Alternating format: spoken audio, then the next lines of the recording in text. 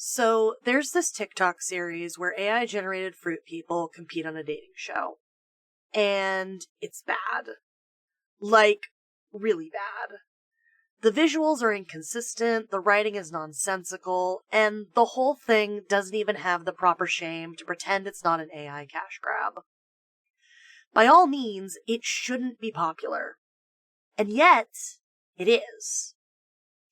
3 million followers, nearly 27 million likes, 10 million views per episode. This show, for all intents and purposes, is trash. It's the sloppiest slop to ever be slop, so why are people invested? I think I know why.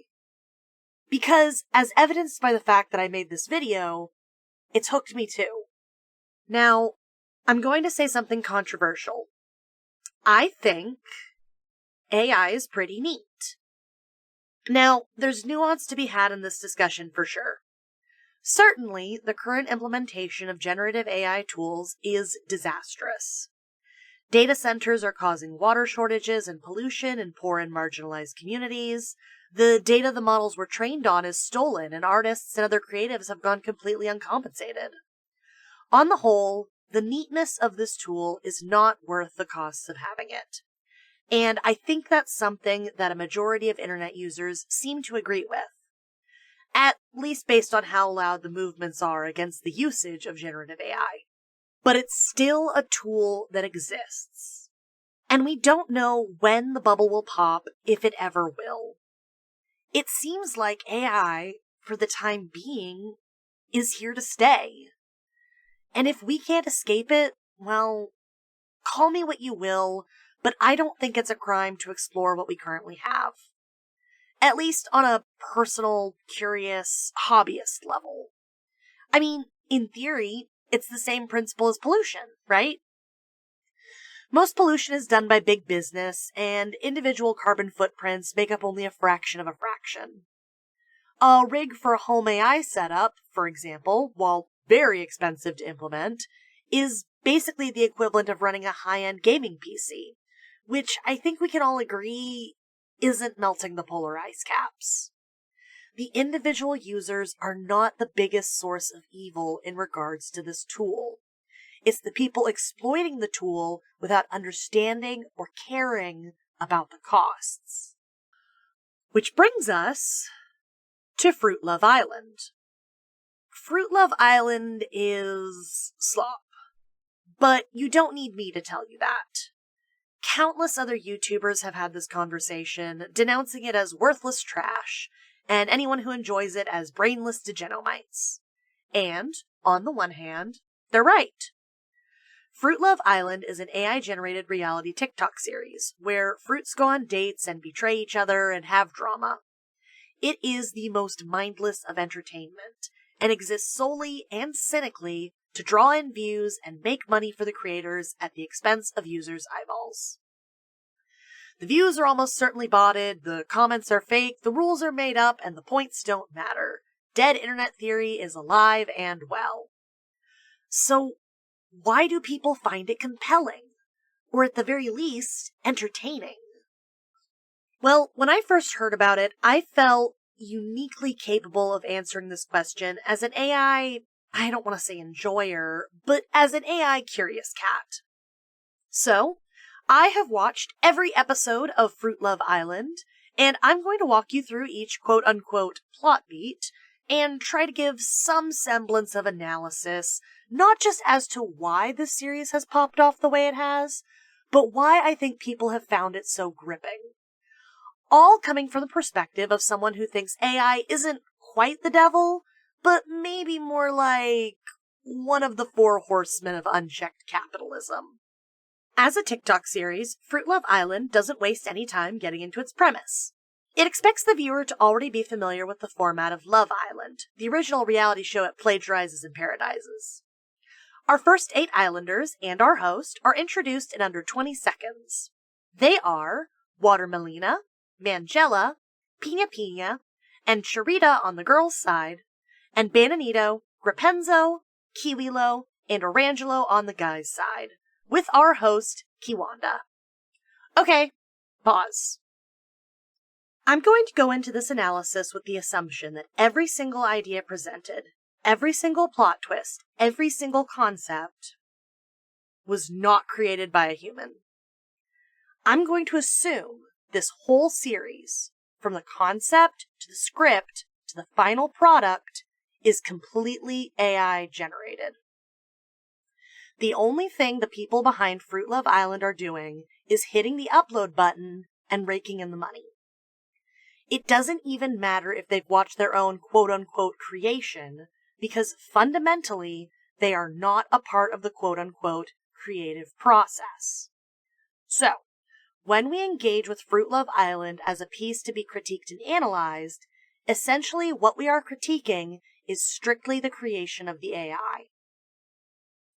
Now that we've got that out of the way, we're going to play a game of Pretend We're a Toddler, and we are going to ask why, incessantly. Why are all the characters fruit? Why are they plagiarizing and parodizing a reality dating show format? Why are the fruits aggressively heterosexual? Why?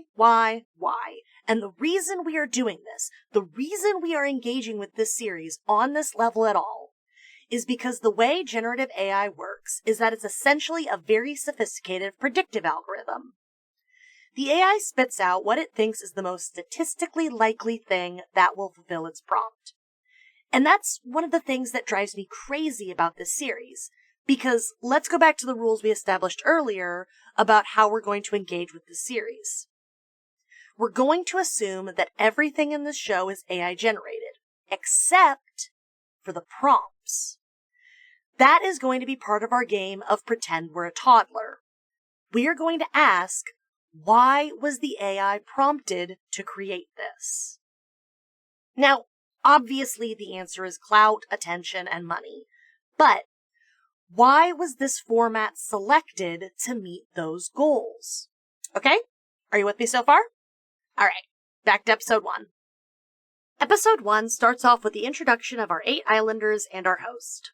As most pilots are, this one is intended to give us a starting point as well as a feel for what an average episode is going to look like. So, what is the formula of Fruit Love Island? Well, it's a cycle of tension and payoff. Drama is incited, builds and escalates, and then explodes somehow, and the characters are left to deal with the fallout. The way the first episode characterizes this is through the rivalry between Pina Pina and Water Melina, with both of them vying for Bananito's affections, and Pina Pina coming out on top during the first coupling ceremony. Spoilers, I guess, for fucking Fruit Love Island. Again, it really expects you to understand at least the generic systems of Love Island, but you can really go into it knowing nothing and still follow what's going on if you remember the way the roller coaster rides. Incitement, build, explosion, fallout. So, with the typical formula established, let's go back to our first batch of islanders. Characterization, as expected of an AI series, is not a strong point. They have names like Water Melina and Grapenzo, so that tells you all you need to know about them. In the first lines, our Kiwi host tells us to expect drama and messiness, and boy, do these fruits deliver. In fact, that's all they deliver. Their first and only personality traits are being fruit and drama. The characters are simply vehicles for drama, and their personalities aren't important as long as the sparks fly. Never mind the fact that sparks only happen because of personality clashes, and when your characters don't have personality to begin with, all you're left with are contrived and generic setups, which leads to the expected crash outs, which leads to the fallout, to let us build to the next hill in the roller coaster. The contestants are not well thought out character concepts. You could essentially swap out any one of them for another, and the quote-unquote story would stay the same. This is, of course, expected. These contestants aren't characters, because AI doesn't understand themes, motifs, or even consistency in characterization, because AI fundamentally does not understand anything. So, it's time for our first round of Pretend We're a Toddler. Why? Why is the characterization this way? Because here's the thing. Even if you don't have a creative bone in your body, if you can't think of a single thing that would make each fruit different from each other, you can just prompt the AI to do that for you. A simple, give each character a defined personality trait that is different from each other, is all you need to make differentiated characters. And the creators didn't do that. Honestly, the series would probably be stronger for it if they did, because if the goal is to have proper drama clashes, then by having a variety of personalities available would lead to more opportunities for conflict. But by having each character be basically the same with just a different coat of fruit paint, the series is robbed of its core premise being as strong as it could be. There's a lot of internal consistency you can get right with AI if you're just willing to do some proper prompting, and that right there is the answer to our first why. Why are the characters so one-note and indistinct from each other? Because the creators are lazy. And again, trying to turn something out as quickly as possible in order to maximize clout and profit. Episode 1 ends with our first couples. Pina Pina steals Bananito from Watermelina, who ends up with Orangelo instead. Charita ends up with Rapunzel for now, and we begin the series-long Mangella and Kiwilo arc. Don't worry, we'll get to that. So, that's the lay of the land going into episode 2. Episode 2 gives us more of the roller coaster. Charita is given a little bit of a look. I hate to call it characterization, but we're at least told what she wants. Orangelo! While that hill on the roller coaster is building, we're given a continuation of Pina Pina and Watermelina's rivalry. Out of nowhere, Watermelina gets into a cat fight with Pina Pina, which Bananito breaks up. The episode ends with the promise of a new bombshell joining the Islanders, teasing what's to come in order to keep viewers watching. So, 2 things. Firstly, this series has an issue where it drops plot points without any kind of logic. While, yes, we've already established that Pina Pina and Watermelina have a rivalry, the cat fight happens without any kind of logical incitement. Watermelina lashes out without motivation at an easy target in what I can only imagine is the AI seeking to reinforce the idea that Watermelina and Pina Pina's natural state is antagonizing each other. But here's the thing. This moment is a bad roller coaster. What do I mean by that? Well, a roller coaster has building tension and anticipation, the climb before the fall. This catfight moment has no build-up and no tension. It's just Watermelina lashing out for meaningless conflict. What makes this particularly interesting is that there was a conflict established and potentially built towards. Charita expressing interest in Orangelo, who Mangella so clearly reminds us is Watermelina's man, while said watermelon shoots dirty looks, leading to a cat fight between Charita and Watermelina, is the kind of logical leap you would expect an AI to make. It's a succinct build and payoff with an internal, short-term consistency that AI loves. But instead, we have our original rivalry reinforced. It's time for our next round of Pretend We're a Toddler. Why? Why was this the plot point the AI decided to spit out? You might be inclined to believe that, oh, Yuki, the AI doesn't have any internal consistency. Of course it's just going to spit out completely random scenarios. But remember, that's not how AI works. It's a predictive algorithm. It will give us the statistically most likely scenario to the dominoes set up for it. So the question becomes, what dominoes were set up for it? I think the human-injected prompt might have gone a little something like this. Make sure to include plot twists and turns that will keep viewers invested, including long-form storylines and introductions of new characters. A human decided they wanted to keep viewers' eyeballs on this work, and so they engineered the prompt to maximize that possibility. I firmly believe the AI did not choose this plot point. I think a human directed it to include overarching story beats in order to maximize viewer investment. And another part of maximizing viewer investment leads us to episode 3. Strawberryna Shakeup is the third episode of Fruit Love Island, and in it we are introduced to titular character Strawberryna. Strawberryna is our first bombshell character, a contestant introduced to the show to sow discord and chaos by disrupting the established dynamics. The episode begins with Watermelina, Pina Pina, and Bananito remarking on the beach party from the episode previous, before Strawberryna enters the scene.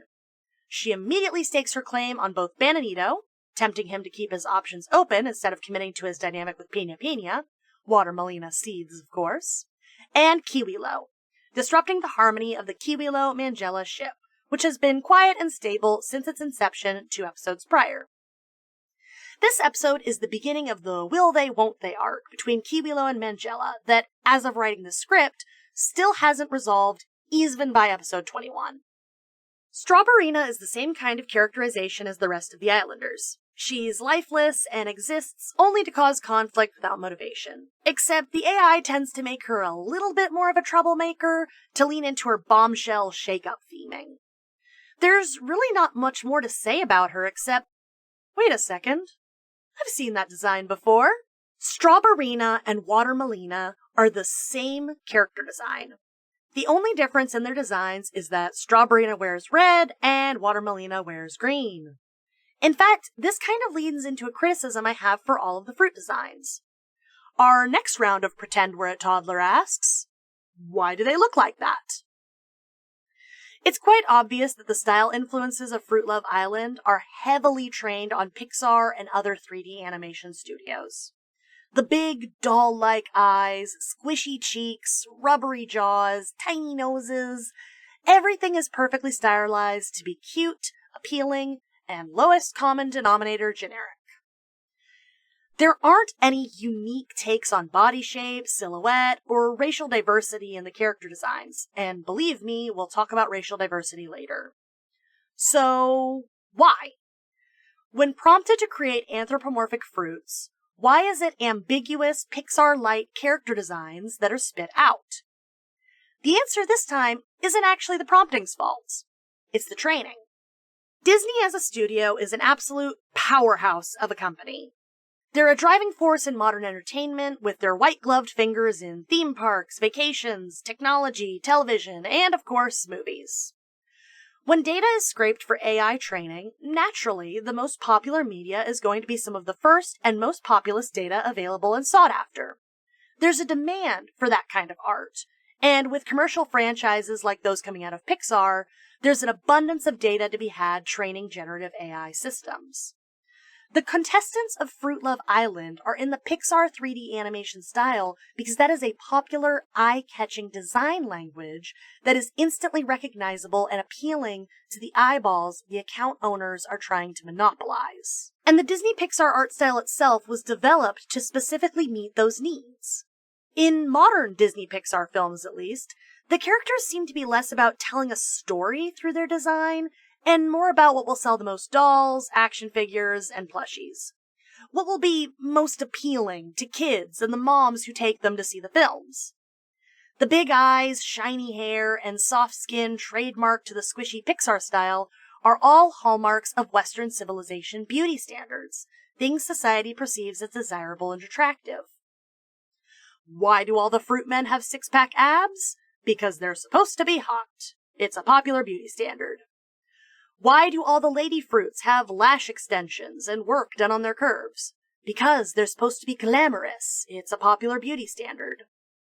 The designs of the fruit characters are once again a result of the blender that is AI doing what it does best, spitting out the most statistically likely desired prompt.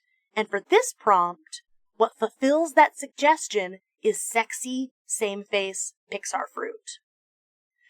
Anyway, if you ever get confused on which is which, just remember Strawberryna red, Watermelina green. The end of episode 3 left off with our hostess, Kiwanda, announcing to the Islanders that there will be a recoupling and dumping ceremony in the next episode, which is the climax of episode 4. Episode 4 starts off by showing us the date between Strawberryna and Kiwilo. It doesn't go well, which brings Kiwilo back into the arms of Mangela. We get our next build in the roller coaster between Orangelo and Charita with them doing this? And then another build in the historic, iconic rivalry between Pina Pina and Water Melina, where they discuss Strawberry's machinations, and Pina Pina expresses concern over Bananito betraying her, just like she betrayed Water Melina. Scandalous. It all comes to a head with a recoupling ceremony, where this time the guys get to choose which girl they want to couple up with. Kiwilo chooses and makes up with Mangela, Orangelo chooses Charita, Water Melina worries she might be sent home, but Grapenzo picks her, which just leaves Bananito to pick between Pina Pina and Strawberryna. He eventually picks Strawberryna because he wonders if she makes strawberry milk.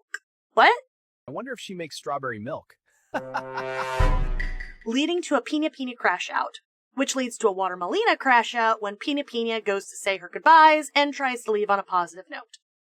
And that's the episode. Okay, I want to talk about the dialogue in this series. There's been some real lines of all time, and what gets me is they don't all feel like ChatGPT-isms. The dialogue in this series is very clearly based on contemporary slang, immediately dating the series to an exact time period of present day 2026. Lines like, Water Melina low-key fine as fuck, so we chillin'. all serve not just to date the piece to the modern era, a very, very specific time period of the modern era, but to signal membership to the in-group to fellow contemporaries. That's a fancy way of saying, how do you do, fellow kids? What gets me in particular, however, is how this style of slang is very clearly an appropriation and butchering of African American Vernacular English, or AAVE. Now, I'm not entirely qualified to discuss the cultural appropriation of Black culture. Fucking look at me, listen to my voice. But the appropriation of Black culture, while simultaneously extorting privilege over people of color, is a phenomena well documented in pop culture. For example, take the controversies of Ariana Grande's ever-shifting hues. I'm gonna leave it at that, but I am gonna say this. Waiter, another round of pretend we're a toddler, if you please. Why? Why was the AI prompted to speak like this? For that matter, what was the prompt? Because as we've established, the input has a heavy bearing on the output. So the question becomes, what prompted the AI to speak in this manner? Is that prompt directly requesting AAVE or just trendy language? If trendy language was requested, why did the AI respond with TikTok-style AAVE appropriation? What does that say about the state of the language that the LLM was trained on? I think the most likely scenario is this. The creators of Fruit Love Island knew this was going to be a TikTok series, and so, going by our assumption that everything in this series is AI generated except for the prompts and the upload button, they requested trendy TikTok style of speech for the character dialogue. If that's the case, why is the most likely answer to the request of trendy TikTok style speech AAVE? What does that say about our society, knowing that the African American vernacular of English originated within a culture that has been historically and systematically disenfranchised, to have something lifted without context and disseminated across cultural lines by people who are not of the culture? What does it say, and why?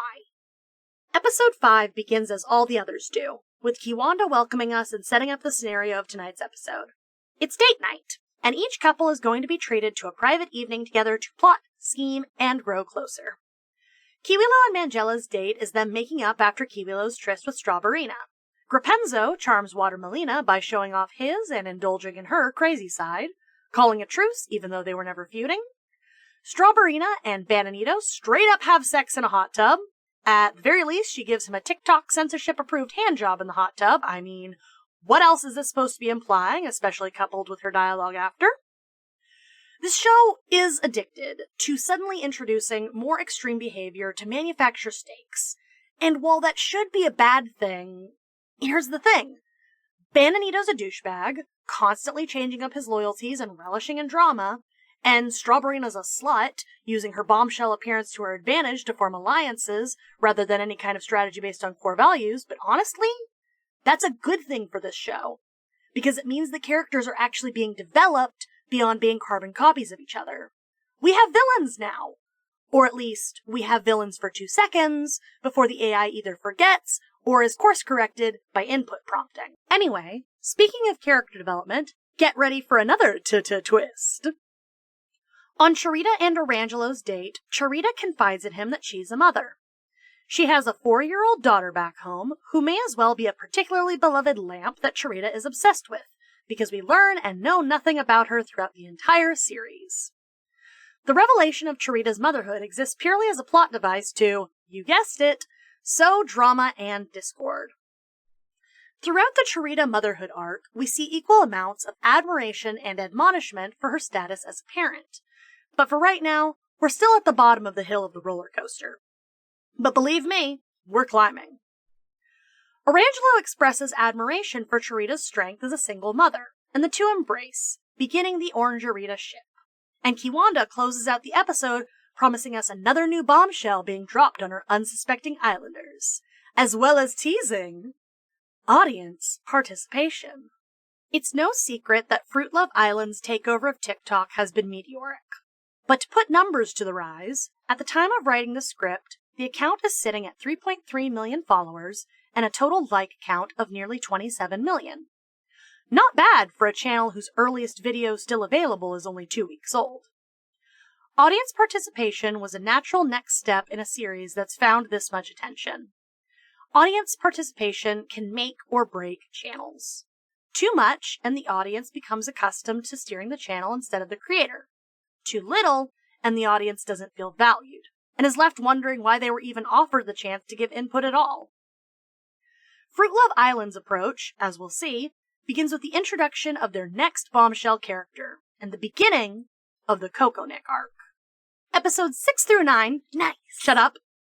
Episodes 6 through 9 are all about the newest bombshell, Kokonik. Kokonik is a coconut from Australia, and once again, he is completely interchangeable with all the other characters. Aside from his Australian accent, which occasionally vanishes from his voice generation, he doesn't even get an intentionally chaotic streak to differentiate him like Strawberryna has gotten. During these episodes, it's more focused on the fallout of Kokonik's appearance than anything he particularly does. For example, in episode 6, the challenge for the episode is to kiss whoever the fruits find most attractive. Obviously, all the couples mutually kiss each other. Mangella and Kiwilo, Strawberryna and Bananito, Charita and Orangelo, and finally, Watermelina and Grapenzo. But then, right before the challenge ends, Kokonik makes his big entrance, and it's his turn to kiss someone. He chooses Watermelina, and everything else that happens is the result of that. As Mangella puts it, Grapenzo looks pissed. Kokonik wins the conflict, and while Watermelina still expresses her commitment to Grapenzo, she definitely noticed how he lost the fight.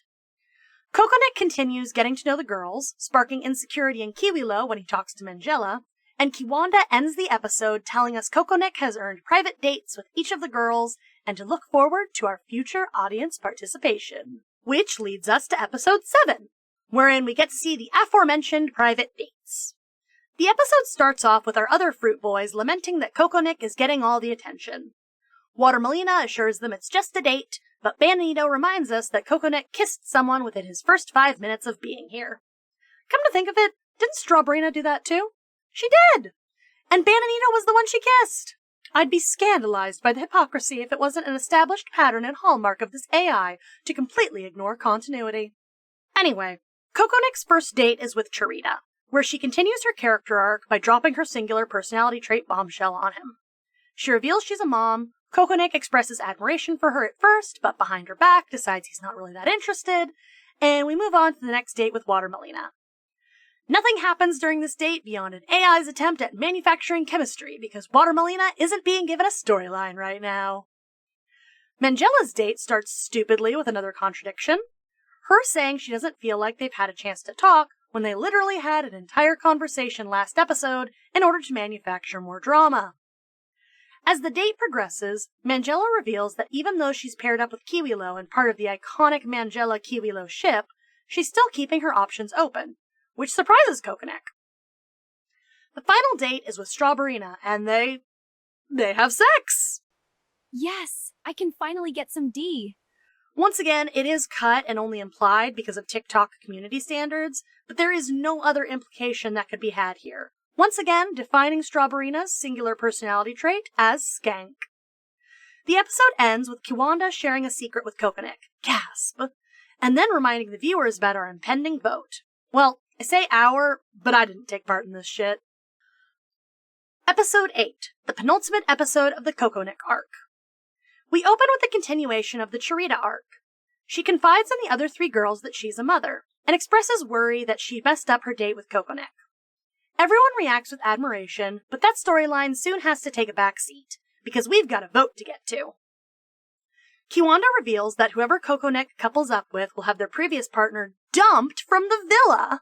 Dun dun dun! Anyway, we get this iconic Watermelina face. Each couple reacts to this news, and then we finally get our instructions for how to vote. Link in bio, yada yada yada, that's the episode. The Kokonik arc is nearing its finale, and we now know that one of the fruits will be going home. Episode 9. It's here. The big finale. Who will Kokonik couple up with? It's Strawberryna. They answer that question in like the first 15 seconds of the episode. But wait, why is there still like 2 minutes of runtime left? Well, the answer is, after the fun little finale and Bananito's send-off, the rest of the episode is devoted to Chirita's personal arc.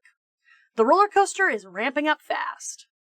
Mangella and Strawberryna talk shit behind her back, because of course they do. Then, Chirita discusses her motherhood with Orangelo during a romantic walk on the beach, asking him not to disclose to the boys yet that she's a mom. And of course he immediately does, and they convince him to start having second thoughts about the relationship, with him even going so far as to not share a bed with her during the sleepover.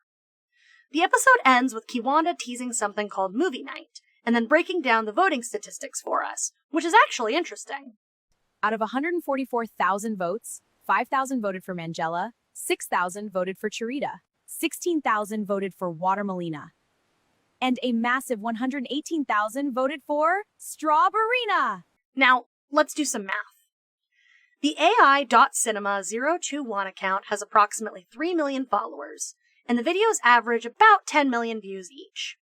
That means that about 1% of video viewers, or about 3% of their followers, participated in this inaugural poll.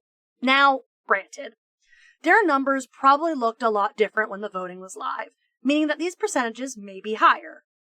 But a 3% click-through rate is respectably average, but it still makes me wonder, how many of these views, likes, and followers for the AI.cinema021 account are botted?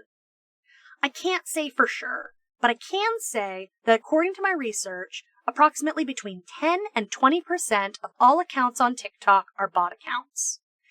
And according to 2 different social media checker apps I used, AI.cinema021 has anywhere between 9.1% and 22.2% fake followers, which is, again, average. For all intents and purposes, AI.cinema021 shows completely average interaction statistics for TikTok, at least as far as I can tell. Hell, I checked several of these audience checker tools, and some of them even ranked AI.cinema021 as having a high-quality audience made up of mostly humans. Now, granted, these tools might be bunk themselves, but do what you can with what you got where you are. So, what does this mean?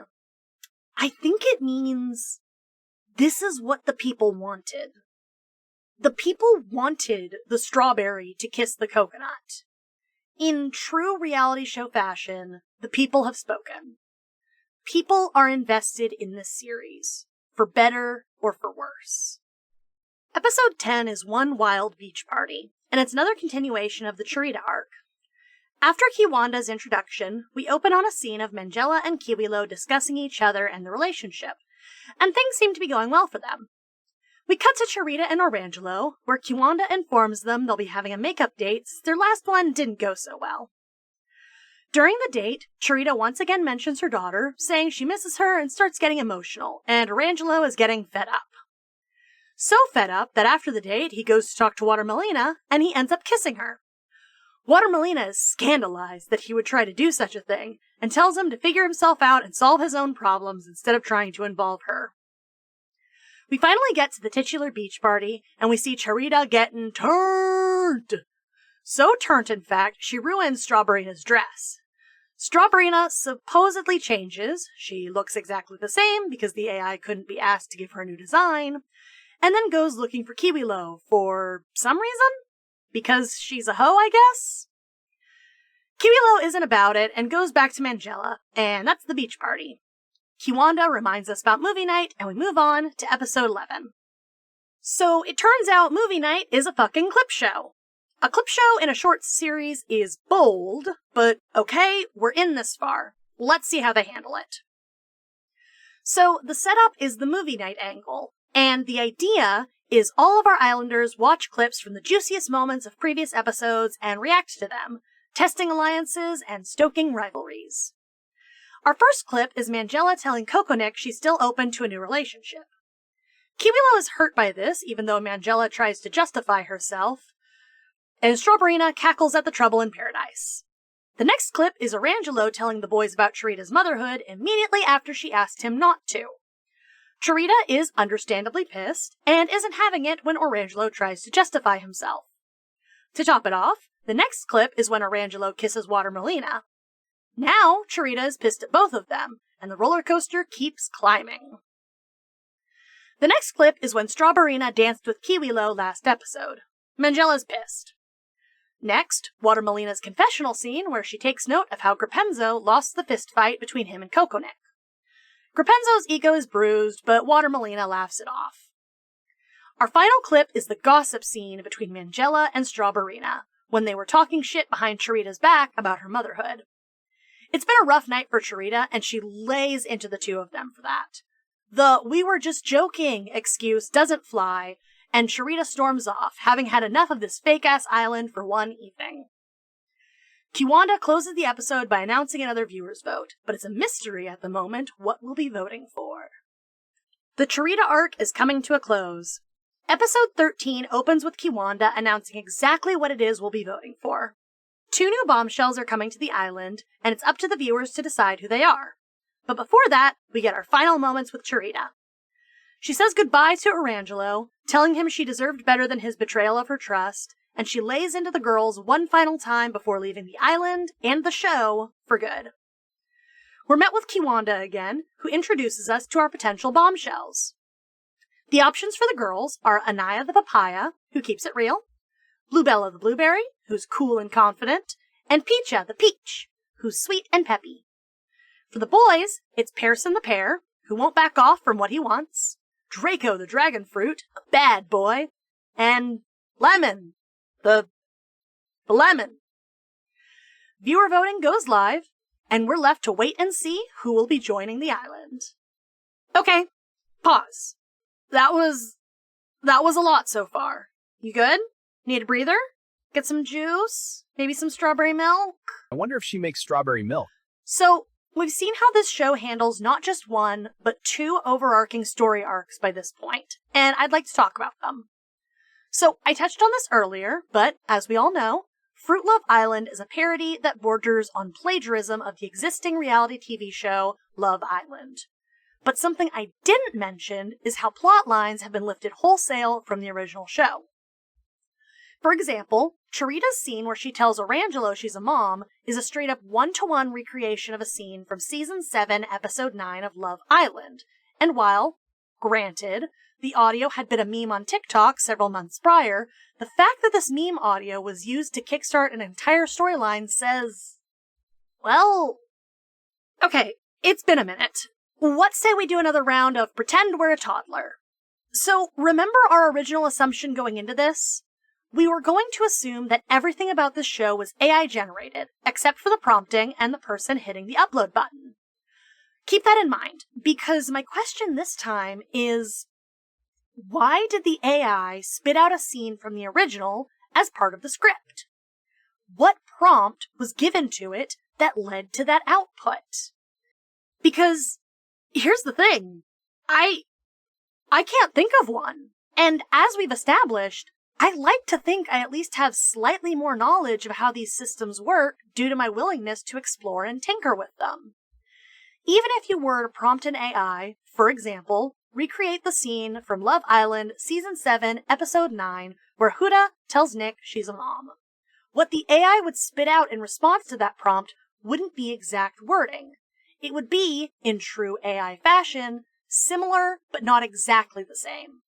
And, crucially, it would take into account previous context, meaning it would try to quote-unquote remember what had been established beforehand and implement that instead of doing a proper recreation. So, what am I getting at here? What I'm trying to say is, I think my assumption going into this was wrong. At the very least, this scene itself was written by a human to deliberately reference the original Love Island. And if this scene was orchestrated by a human, how much of the rest of this series script has been tampered with instead of being purely AI generated? Or has been written completely by a human? What if?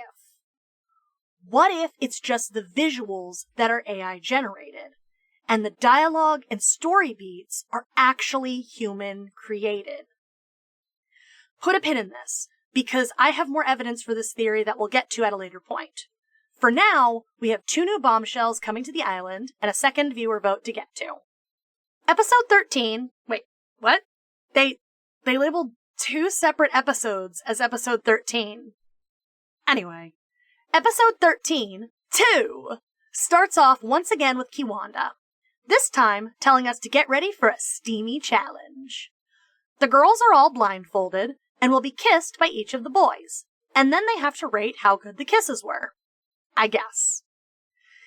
Each boy takes his turn kissing each of the girls. Kokonick literally misses Watermelina's mouth, and she remarks on it, but when it gets to be Kiwilo's turn, gasp, who's that?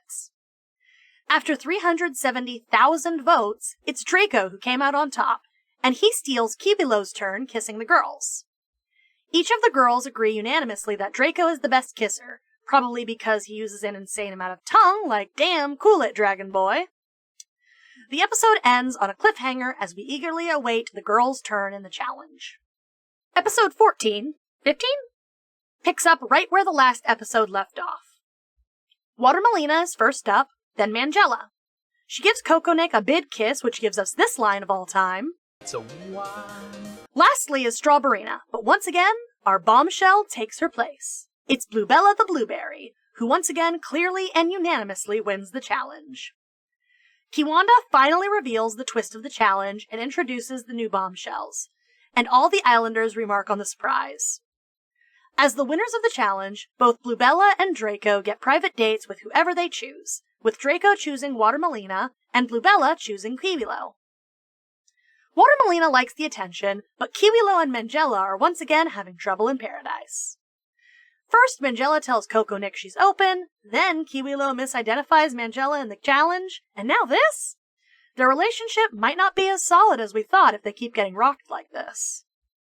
Dates, New Doubts, the 16th episode of Fruit Love Island that happens to be labeled as the 15th, shows us the dates between Draco and Watermelina, and Bluebella and Kiwilo.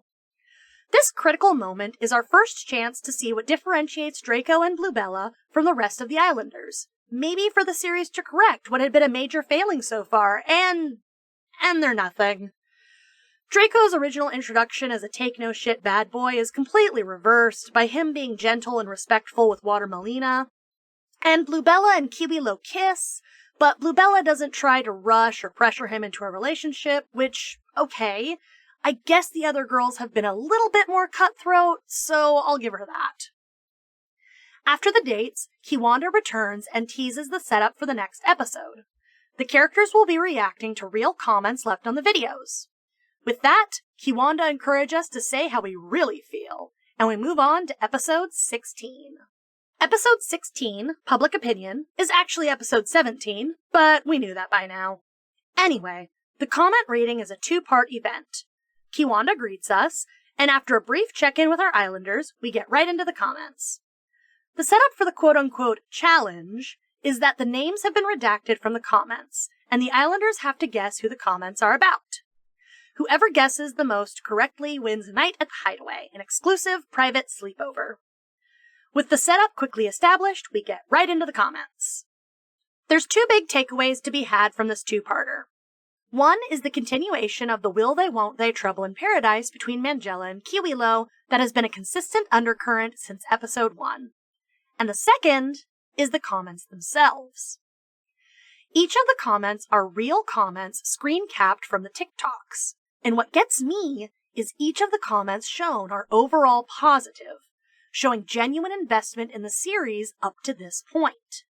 Now, granted, these comments have been cherry-picked by the creator for the sake of the episode, but in between all the hate comments about AI slop, fresh water shortages, and starving polar bears, there are genuine people either reacting to the episode's latest shocker or, more commonly, begging for the next episode to be released. And believe me, there's a lot of begging. But why? We've established this show is not good. It was the first thing we established, and the sheer staggering amount of hate comments shows that people agree with me. So why are people invested in something so cynically, clearly meant just to farm attention? Well, hold on there, little toddler, because I think the answer to that lies in the Hideaway, where Kiwilo and Mangella are starting to talk things out. Mangella won the guessing game, and even after arguing with Kiwilo all evening, she decides to take him with her to the Hideaway. They talk things out, Mangella feels used, Kiwilo is penitent, and the episode ends on a cliffhanger of whether or not she'll forgive him. Remember this. Episode 18, actually 19, picks up where the last one left off. After Kiwanda's introduction, promising us a recoupling and dumping coming up soon, we open on the Hideaway. Mangella has decided to forgive Kiwilo, and the two of them leave the Hideaway having made things official. Mangella tells the girls, but Strawberryna expresses doubts that it will last. Kiwilo tells the boys, and Kokonik does the same, expressing doubt.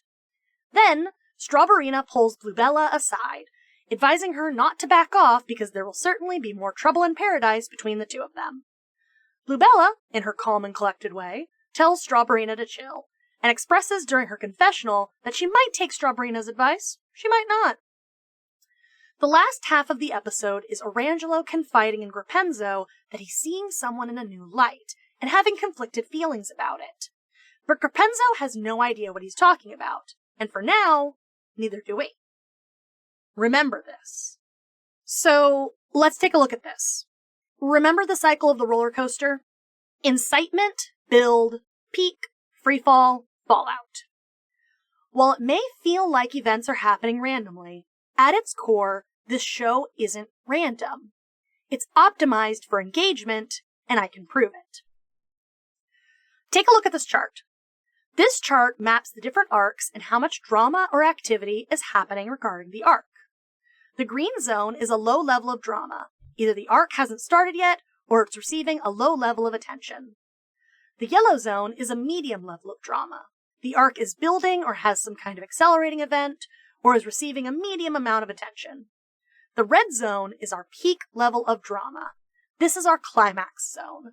The drama has overtaken other storylines, or is the main focal point of attention right now.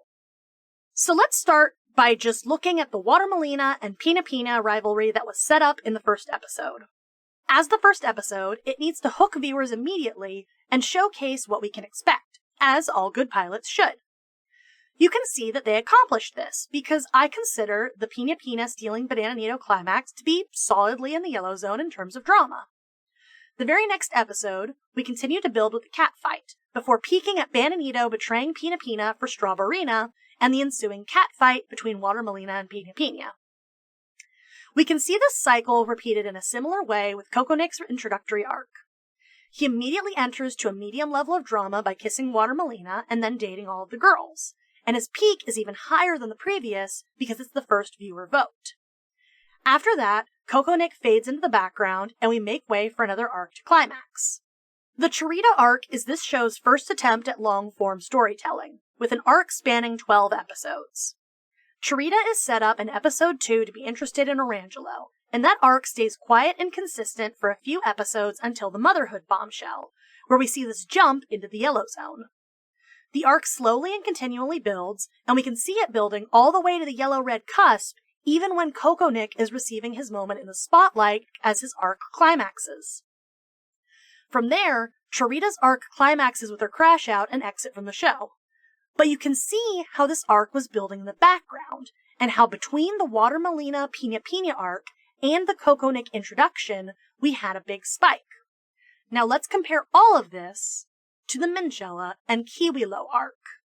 Mangella and Kiwilo have a consistent, steady build, but their arc is also hallmarked by the fact that their drama levels go down. They have several hills on their roller coaster where we think they're going to do something bigger before they back off, make up, and continue quietly dating in the background. But each time we have a peak, audience expectations build, which is characterized by this bump into the yellow zone here when Bluebella takes Kiwilo on a date, and then the lower segment of the red zone when Mangella takes Kiwilo to the hideaway to talk things out. So what does this mean? Well, look at the chart. In between peaks, there's still always something being built. The show is never boring, and there's always something to look forward to. That is why this show has popped off the way it has. It's capitalized on the attention of viewers by drip-feeding them teases and hints that there's always going to be something more, so they keep coming back. This show is very consistent in maintaining tension, and that tension translates to engagement. And these aren't the only 4 arcs in this show.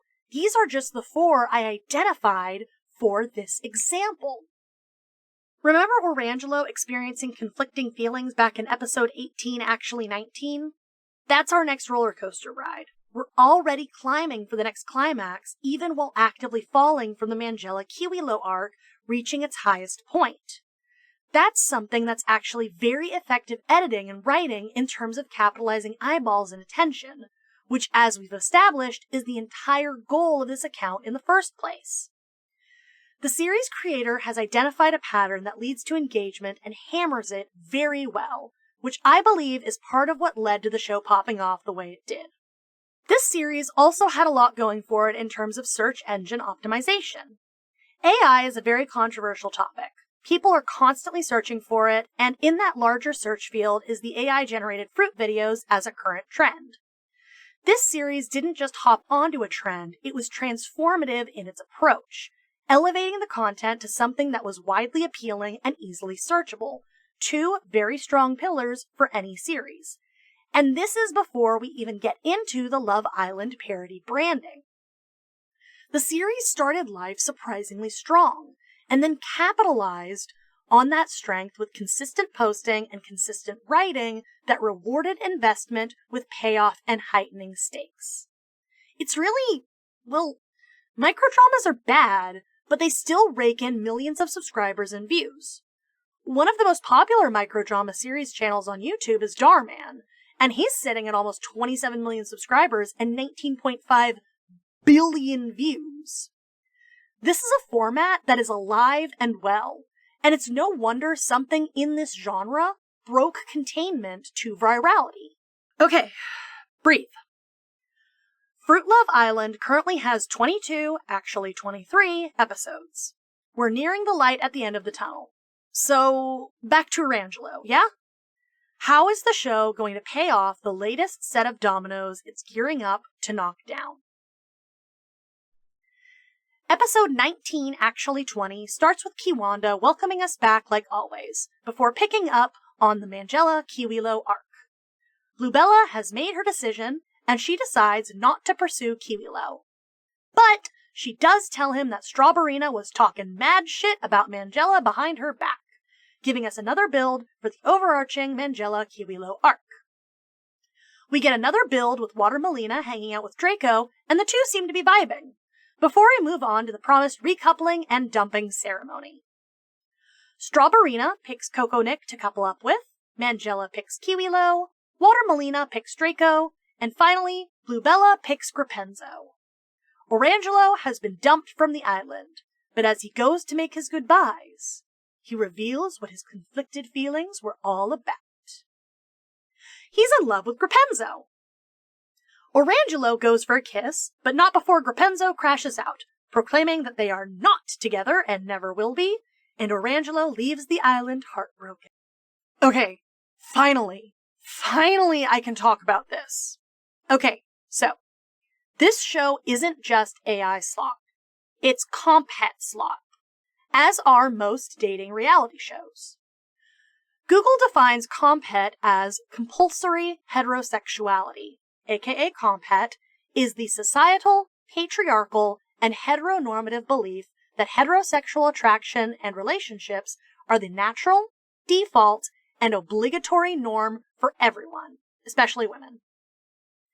This plot point with Orangelo is what spurred me to make this video, because when I watched this series for the first time to indulge my morbid curiosity, I genuinely did not expect Orangelo secretly gay to be the reveal this roller coaster was building to. And the ensuing fallout left me with more questions than answers. This is the genesis of Pretend We're a Toddler, because I could not stop asking why. Normally, shows like this wouldn't even acknowledge the existence of queerness. These shows, reality TV and microdramas on the whole, tend to be appealing to the widest possible audience, which happens to be majority cisgender heterosexual, i.e. not queer. And especially when it comes to the predictive nature of AI-generated content, the most generalized and normalized content is going to be prioritized without specific prompting. But this show did.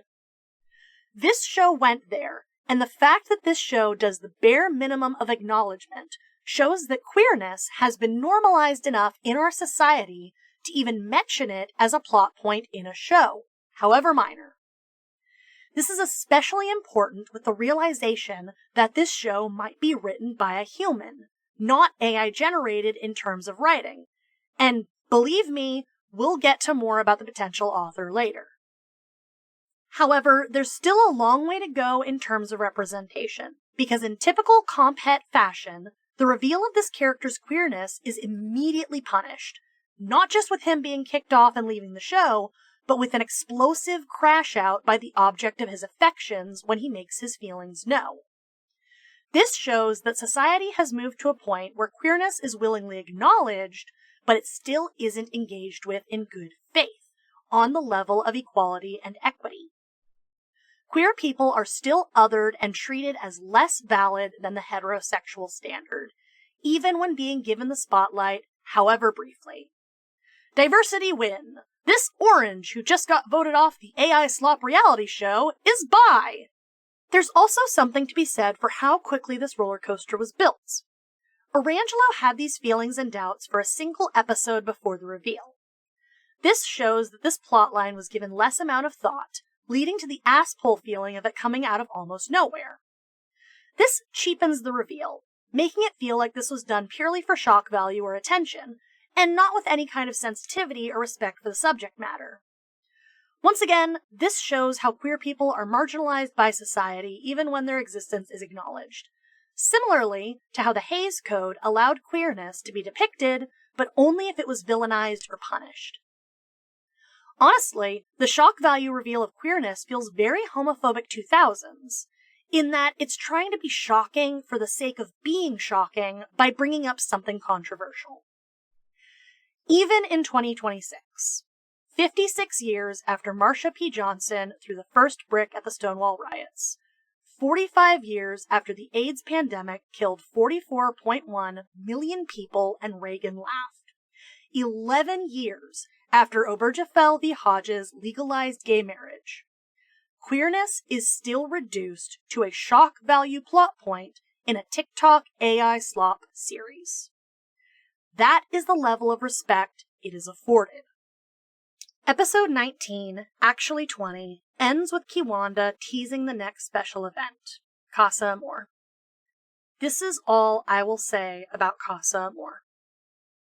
It is the final arc of Fruit Love Island, and it is, as of writing the script, incomplete. It's time to talk about the crash outs.